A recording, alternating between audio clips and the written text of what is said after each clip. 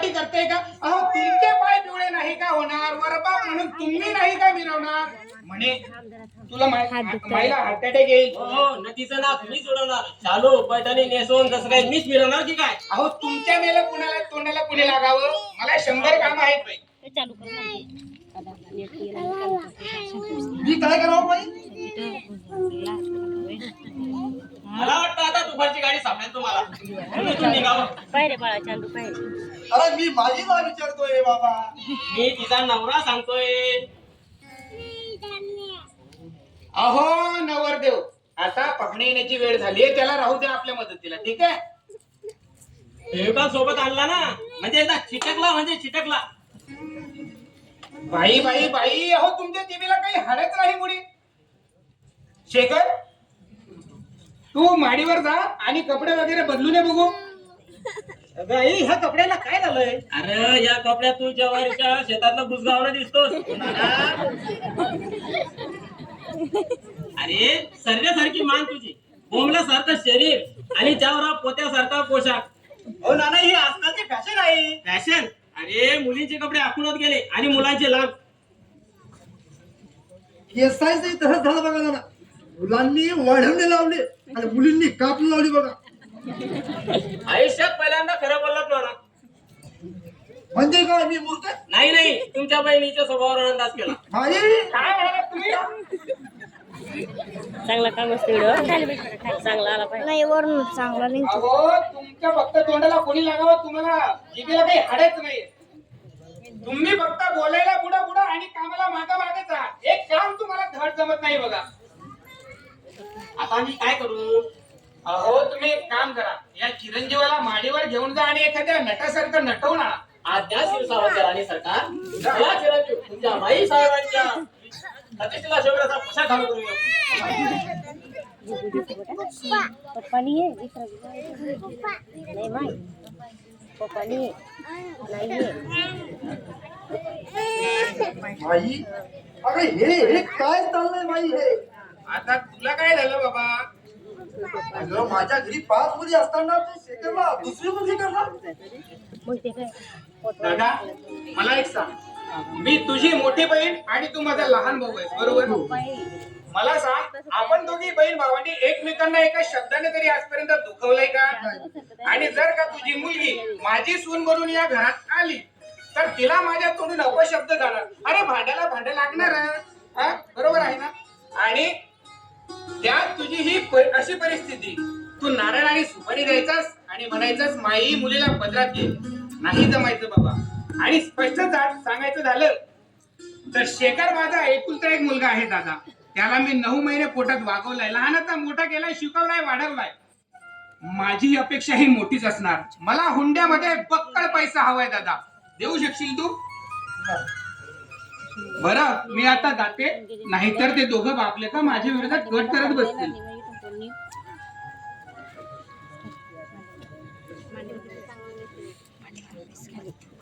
पहिला म्हणजे काय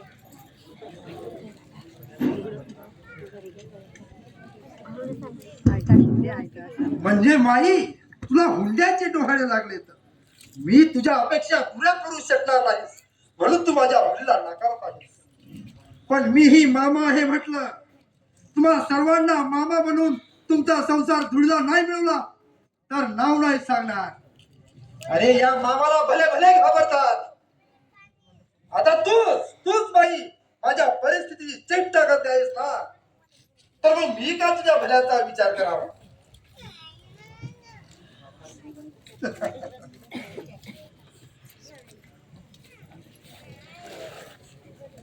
राम राम. राम राम. अहो नाना कामेरीकर दिसत नाही.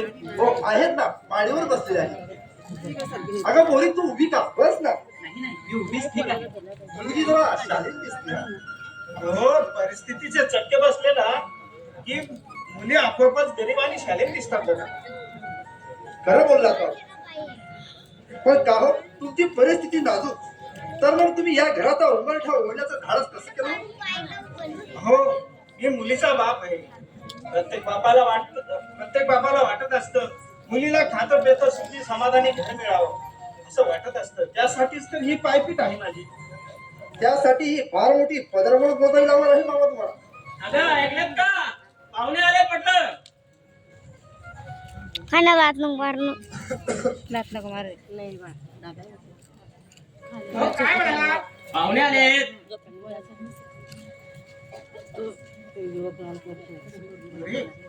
नमस्कार कर त्यांना.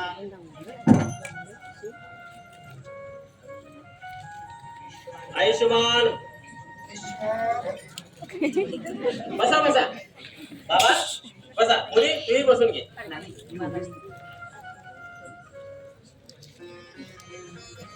काय सुंदर मुलगी आहे. रूपाला काय चाटायचंय तिच्या?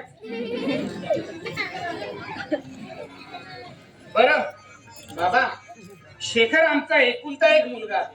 शिकला सवरलेला आहे आणि रूपगणानं उजवा आहे. तर असं हे आमचं सर्व गुण संपन्न स्थळ आहे. आता तुम्ही बोला. नोकरी धंदा. अहो नोकऱ्या काय, नोकऱ्या तर मागेच लागल्यात त्याच्या, पण त्याच्या पसंतीची नाही ना. आज ना उद्या लागेल नोकरी. अहो तो एकदम डायरेक्ट ऑफिसरच होईल. डोंबलाचा. आता तुम्हाला काय झालं? अगं, आपला शेखर अजून ग्रॅज्युएट सुद्धा नाही. मग तोही होईल. तो गेली 4 वर्ष करतोय ते तो. यंदा नक्की होईल. एकदा का लग्न झालं आणि जबाबदारी वाढली की होईल तो बरोबर. बरोबर की नाही? हो हो. शिवाय हे घर आहे, दागिने आहेत, बँकेत पैसा आहे. तोही माझ्या प्रोव्हिडंट फंडाचा. तुम्ही का कुठं घेऊन जाणार आहात का? तर बाबा हे असे आमचे सर्व गुण संपन्न स्थळ आहे. आता तुम्ही बोला. मी काय बोलणार? आता तुम्ही बोलायचं आणि आम्ही ऐकायचं. बाबा एवढा समजूतदारपणा चांगला नव्हे. आमची डावी बाजू ना. अहो विचारा मुलीला काय विचारायचं ते. नाहीतर मुलाला बोलवा. अहो मुलाला काय बोलवायचंय? त्याला काय करता यातलं? लहान आहे तो अजून. हे खरं आहे. आमच्या लग्नात हिनेच माझा इंटरव्ह्यू घेतला होता. तुमचे पुरे झालं हा?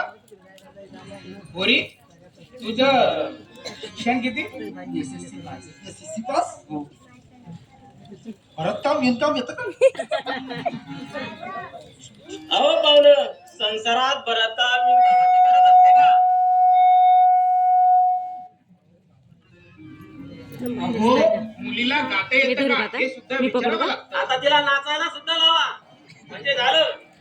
ते पण मस्त येतं पण. मी मुलाची आई आहे म्हटलं. माझी पसंती ही पहिली झाली पाहिजे. त्याचा हात दुखण्याला दुखण्याला गाता येते. हो का? छान छान. आता घेण्या देण्याचं आणि मानपानाचं बोला. म्हणजे? अहो पहिले मुलाला मुलगी तर पसंत करू द्या. माझा मुलगा माझ्या शब्दाच्या बाहेर नाहीये म्हटलं. म्हणजे मुलगी पसंत आहे म्हणायची तुम्हाला? अगोदर घेण्या देण्याचं आणि मानपानाचं ठरू द्या ना, मग सांगते. हा जो मग पाय म्हणजे? मुंडकुटे बघतो. व्यवहार नाही पटला तर पत्रिका जुळत नाही. आणि अशा वाटाण्याच्या अक्षता वाटून मोकळे. तुमच्या जिभेला काही हाड आहे? अहो तुम्हाला जर जमत नसेल इथे थांबणं तर तुम्ही माडीवर जाऊन गप्प पडा बघू. तुझं नाही सांगत आहे मी. अगं आज लग्नाच्या बाजारात व्यवहारच पाहिला जातो. तुम्ही मला वाटतं तुम्ही काही शांत बसणार नाही तिथं. तुम्ही एक काम करा, तुम्ही माडीवरच जा. आता एक करा, किमान हा देण्या घेण्याचा व्यवहार मुली समोर तरी नको. आपण माडीवर गेलो तर यांचं बोलणं पटतंय मला. चला आपण माडीवर जाऊन हे व्यवहाराचं बोलणं करूया. बाबा आणि चला पुढं. काय बाळ? दादा हो आपल्या परिस्थितीची आठवण ठेवा. हो बेटी. पण मी आता थकलोय. गेल्या 5 महिन्यात 30-40 ठिकाणं दाखवून झाली. हो बाबा माझं नशीब फुटकं. नाही पोरी, तुला देवाला रोग दिलाय पण माझंच नशीब फाटकंय. माझी परिस्थिती फाटके आहे पोरी. बाबा हो गरीब शालीन मुलगा सुद्धा चालेल हो मला. मी झोपडीत सुद्धा सुखाचा संसार करेल. पण पोरी मन नाही ना मानत माझं. हो म्हणून काय श्रीमंताशी लग्न लावून देणार आहात माझं? अगं खात पित घर असावं, 4 दागिने असावेत, जमीन जुमला असावा, मुलगा सरकारी ऑफिसर असावा असं प्रत्येक बाबाला वाटत असतं. हो बाबा, म्हणून काय गड्यात दोरी बांधायची? पोरी, तू माझी एकुलती मुलगी ना. मी असा थकलेला मरताना सुद्धा समाधानाने मरावं असं वाटतंय. बाबा होय पोरी. पोरी, तुझ्या भविष्याची चिंता नकोय म्हणून तर हा मुलगा तर नोकरी सुद्धा करीत नाही. आज ना उद्या लागायची राहते का? घर बरं दिसतंय. हो बाबा, पण मी अजून मुलगा पाहिला सुद्धा नाही. त्याला काय पाहिजे? आई सारखा असेल किंवा वडिलांसारखा असेल, तसे दोघी टाकीटोळी चांगले आहेत, पण मुलगाही तसाच असणार ना. जातो मी. हो पण बाबा, अगं पाय पीट करून खूप थकलोय ग पोरी. पायात बळ नाही माझ्या. आता तानातानी तर काय उपयोग नाही. चल.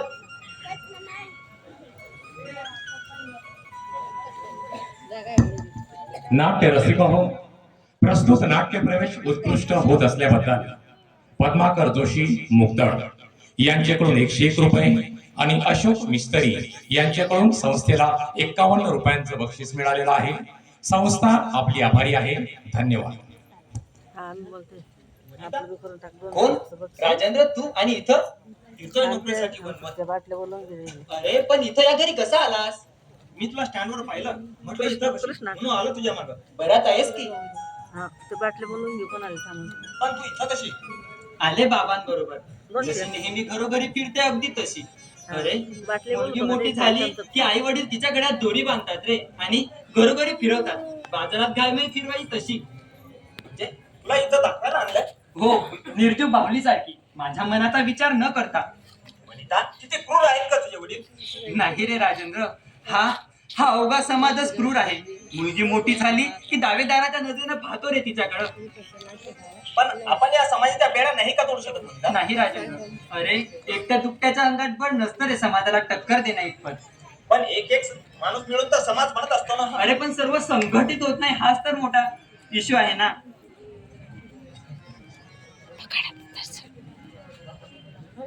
म्हणजे याचा अर्थ तू असे घरोघरी दाखवत फिरवणार आहे? निर्जीव वस्तू सारखी. वनिता, माझ्यात काय वाईट आहे? अरे राजेंद्र, मी कधी तक्रार केली आहे का रे? मग लग्न का करत नाही माझ्याशी? माझ्या बाबांसाठी. लग्न तुझं का तुझ्या बाबांचं आहे? आपल्या संस्कृतीने एवढं स्वातंत्र्य नाही रे तिला अजून स्त्रियांना. संस्कृती, आई वडील. अगं माझ्या मनाचा काहीतरी विचार कर. राजेंद्र, तुला खरं सांगू, अरे तू की नाही मला खूप आवडतोस. पण मी गरीब आहे, माझी परिस्थिती नाजूक आहे, म्हणून माझ्याशी लग्न करत नाहीस ना. प्रत्येक आई वडील आपल्या मुलींसाठी श्रीमंत स्थळ शोधत असतात रे. आणि आयुष्यभर पश्चातापाची वेळ आणत असतात.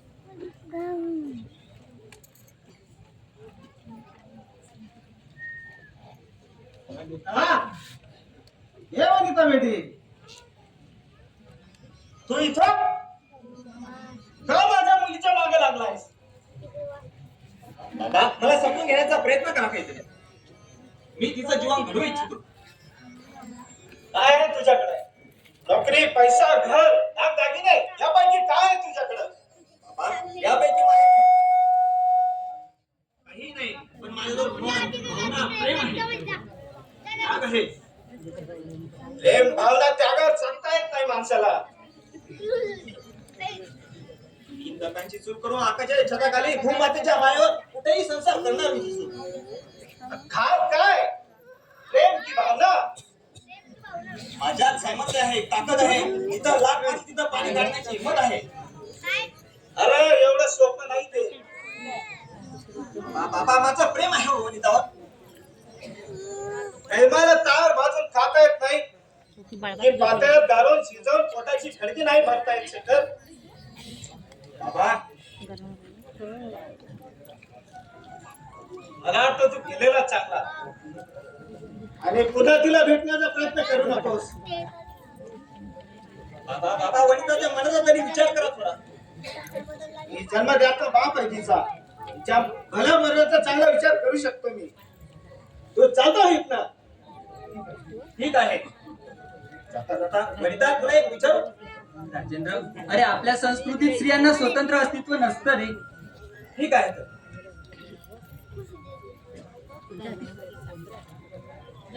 बेटे, मी तुझ्या भल्याचाच विचार केलाय ना. अगं लग्न सुद्धा पक्क केलंय मी. काय लग्न पक्क केलं? हो पोरी. अहो बाबा, पण मी अजून मुलगा पाहिला सुद्धा नाही. अगं मी पाहिलाय ना, अगदी राम सीता सारखा जोडा सोबत. अहो बाबा, पण त्याच्या आवडी निवडी माझ्या आवडी निवडी.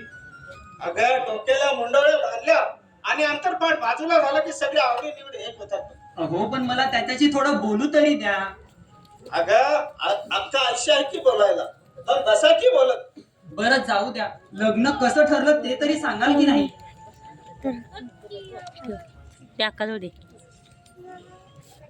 हात दुखराला का बरं आम्ही म्हणतो साखरपुडा आजच उरकून घ्यावा. म्हणतो हो पण आम्हाला काही वेळ तर द्या. बस कशाला? अहो वेळ कशाला हवाय?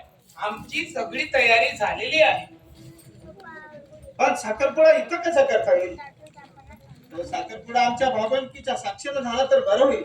अहो यात तुमचाच फायदा आहे. 5-25 माणसांची जेवणावळ वाचेल तुमची.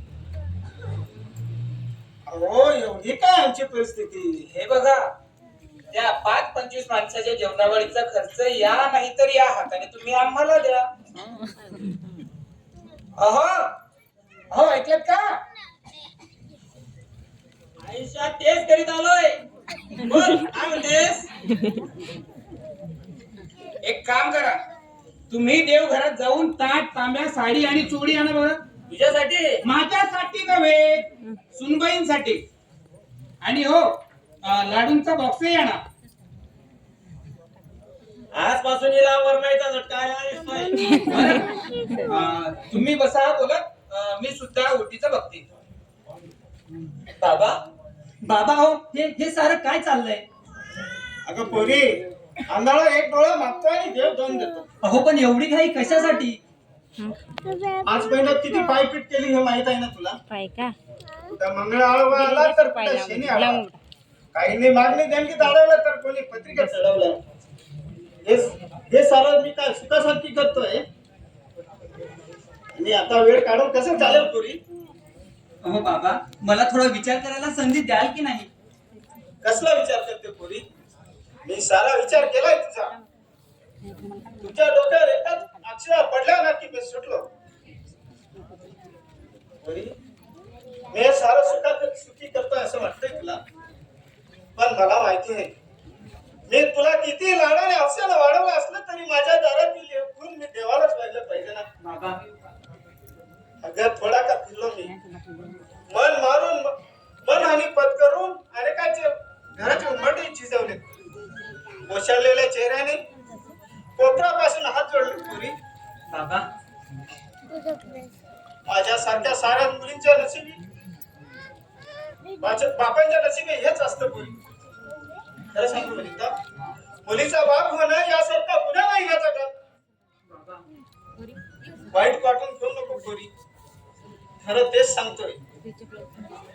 लग्न ठरलं तरी कसं पार पडेल आणि ते व्यवस्थित पार जरी पडलं तरी सासरची माणसं ऐनवेळेला काय मानतील याची टोचणी. मुलीच्या बापाचं जीवन म्हणजे जीव घेणे काळजी पुरी. पण देखील तुला घाबरण्याचं कारण नाही. घर चांगला आहे, माणसं चांगली आहे. अगं तुझी सासू तर बोल देवडी पुरी. मी खूप समाधानी आहे वनिता. नंतर मी मागील जर देण्यास तयार झालो. लग्न केलं इथं अक्षरा पडलं की सुटलो एकदाचा. बरं वनिता, आता लगीन नाही सुरू झाली. मुंडाळ्या वाशिकापासून सर्व काही खरेदी करावं लागणार आहे. रुपवताचं सामान, अन्नाची भांडं, बस्त्याची कापडं, वाजंत्री, सारं काही. म्हणून तर आजपासूनच भाषा आलं पुरी. तुला काय वाटतं का? तिकडची सारी पाहायची वेळ हे झाली वाटतं. काहीतरीच बाबा तुमचं. काहीतरीच नाही पुरी, खरं तेच सांगतोय. अगं लग्न म्हणजे आनंदाची कारण, समाधानाची बरसात, उत्साहाची भक्ती. अंगाची कसं मोठी सध्या पुरी. बाबा अगं पुरी माझ्याजवळ काय लागायचं? मी तुझा बाप आहे. आई बहीण मैत्रीण सारं काही सांगायचं हा पुरी. पण मला विसरायचं नाही बेटा. बाबा बहू मी तुम्हाला कधी विसरेल का हो? नाही बेटी, तू मला विसरणार नाही आणि मी तुला कधी विसरू शकणार नाही. नवऱ्या बरोबर तू मला सोडून सासरी जाशील ना, तेव्हा माझ्या अश्रूंना बाण नाही खाता येणार पूर्वी मला. वनिता,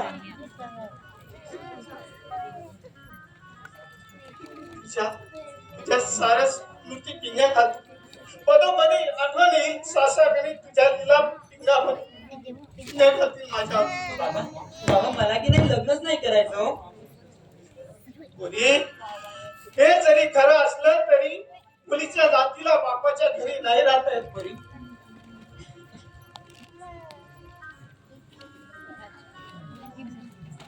चालू आहे ना पण हे? मुलगी मोठी भाग्याची आहे. दाखवायला घेऊन आला हटाय साखरपुड्यात. ही आमच्या होम मिनिस्टरांची पिढं कमाल. बघा. एकदा डोक्यात घेतलं म्हणजे ते पूर्ण करणारच. हो काही वाईट नाही केलं तिनं. चांगली लाखात सून निवडली बघा. काय शेखर मामाने पसंत आहे ना? घातलेला. अहो मामा, नशीब माझं आता तरी विचारलं मला. अजून काही विचारायचं असेल तर विचार बाबा.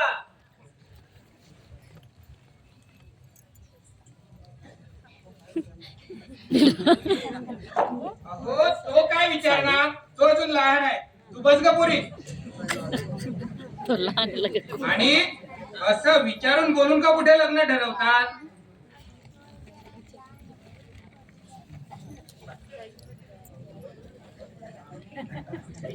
मामा तुम्ही बसा. आणि शेखर तुम्ही बाई. नाही, मी उभाच बरं आहे. आयुष्यभर असाच उभाच राहत माझ्यासारखा.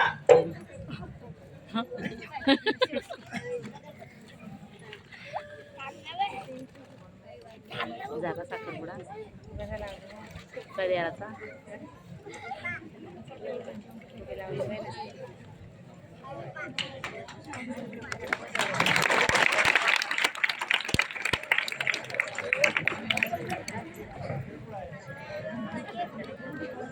पैसा खुर्शीवर.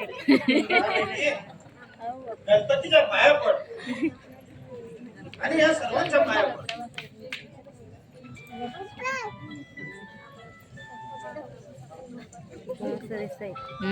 चांगलं दिसतंय.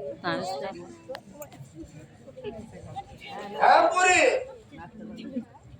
ठरल्याप्रमाणे लग्नात काय काय देणार बाबा?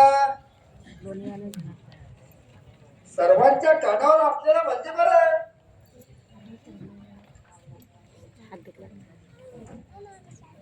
हो, या लग्नात घोळ नको.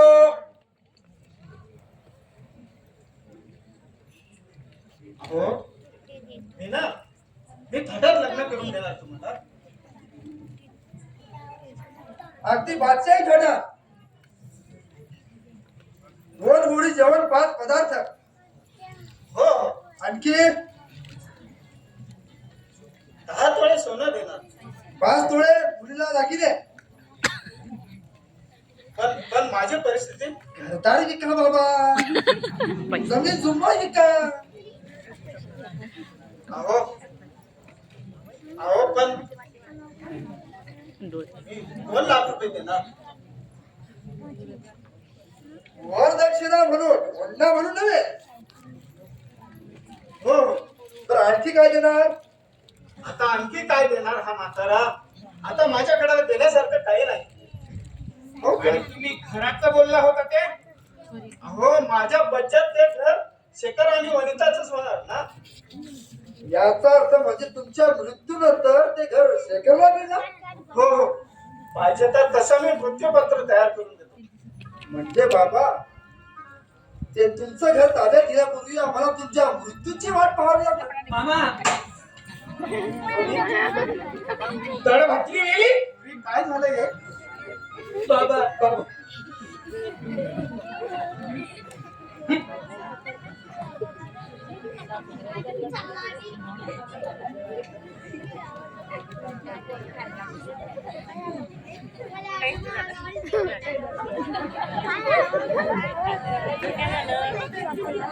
शांत